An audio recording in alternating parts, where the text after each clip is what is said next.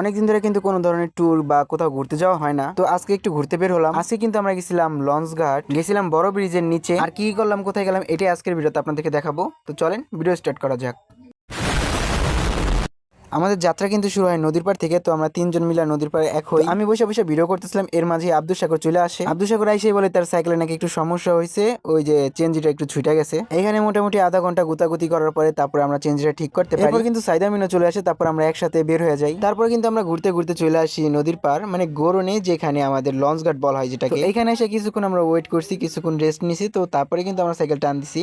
তো এখানে আসার পর আমরা কিন্তু মানে পানি নিছি আমাদের খাওয়ার জন্য, কারণ আমরা অনেক হরণ হয়ে গেছি সবাই। যাই বলেন আর তাই বলেন, এতটা হরণ হওয়ার পরে আর এতটা ঘাম ঝরার পরে তারপরে যে পানি খাইছিলাম, তো এটার শান্তির ছিল একটু আলাদা। তারপর আমরা আর কিছুক্ষণ থাকি, তারপর এখান থেকে আবারও বের হয়ে পড়ি। তারপর কিন্তু আমরা চলে যাই বড় ব্রিজের নিচে, যেখানে অনেকগুলো বাডা ছিল, তারপরে নদীর পাড় ছিল। এখানে দাঁড়িয়ে কিন্তু আমরা প্রায় 10-15 মিনিটের মতো রেস্ট নিছি।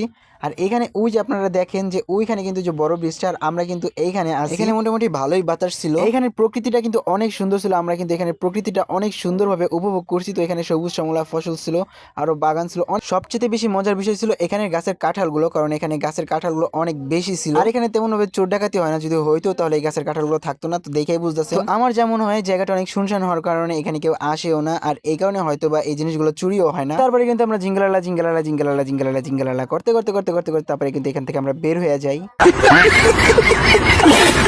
চরমুড়িয়া থেকে না পাওয়ার পরে তারপর আব্দুল সাগর জানালো যে পাকদির ওইদিকে এক জায়গায় হালিম বিক্রি করে, তো চলো ওইখানে যাই। তারপর আমি বললাম ঠিক আছে, যেহেতু আজকে নিয়ত করছি যে হালিম খাবো, তাহলে হালিম খাবোই। তো তারপরে আমরা চলে গেলাম পাকদির ওইদিকে। পাকদি যাওয়ার পরে আমরা কিন্তু হালিম তারপরও পাইনি। হালিম বললো কাকাই যে আর কি আগামীকালকে বিক্রি করবে, তো সপ্তাহে 2 দিন বিক্রি করে।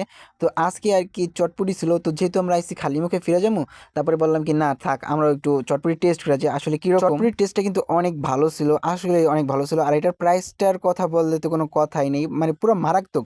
তো এটা টাকা কিন্তু মাত্র 20 টাকা নিয়েছিল, মানে পুরো প্লেট 20 টাকা। তো আমার কাছে মনে হয়েছে বড় বড় যে দোকানে আছে 50 টাকা 60 টাকা 100 টাকা 150 টাকার যে প্লেট, ওটার থেকে আমার কাছে এই প্লেটটা অনেক ভালো লাগছে, 20 টাকার প্লেট। তো আমরা দুজনে 2 প্লেট নিছিলাম। তো খাইয়া অবশ্য আমরা অনেক মজা পাইছি, অনেক টেস্ট পাইছি। তো আমাদের ইচ্ছাটা কিন্তু পূরণ হলো না, যে চাইছিলাম হালিম খাইতে, বাট হালিমের ইচ্ছাটা পূরণ হলো না। তো যাই হোক, প্যারা নাই, ইনশাল্লাহ নেক্সট ভিডিওতে হবে। তো আজকের মতো এখানে বিদায় নিতেছি। তো দেখা হবে নেক্সট কোনো একটা ভিডিওতে। ততদিন ভালো থাকবেন, সুস্থ থাকবেন। আসসালামু আলাইকুম। প্যারা নাই, চিল অ্যান্ড গুড নাইট।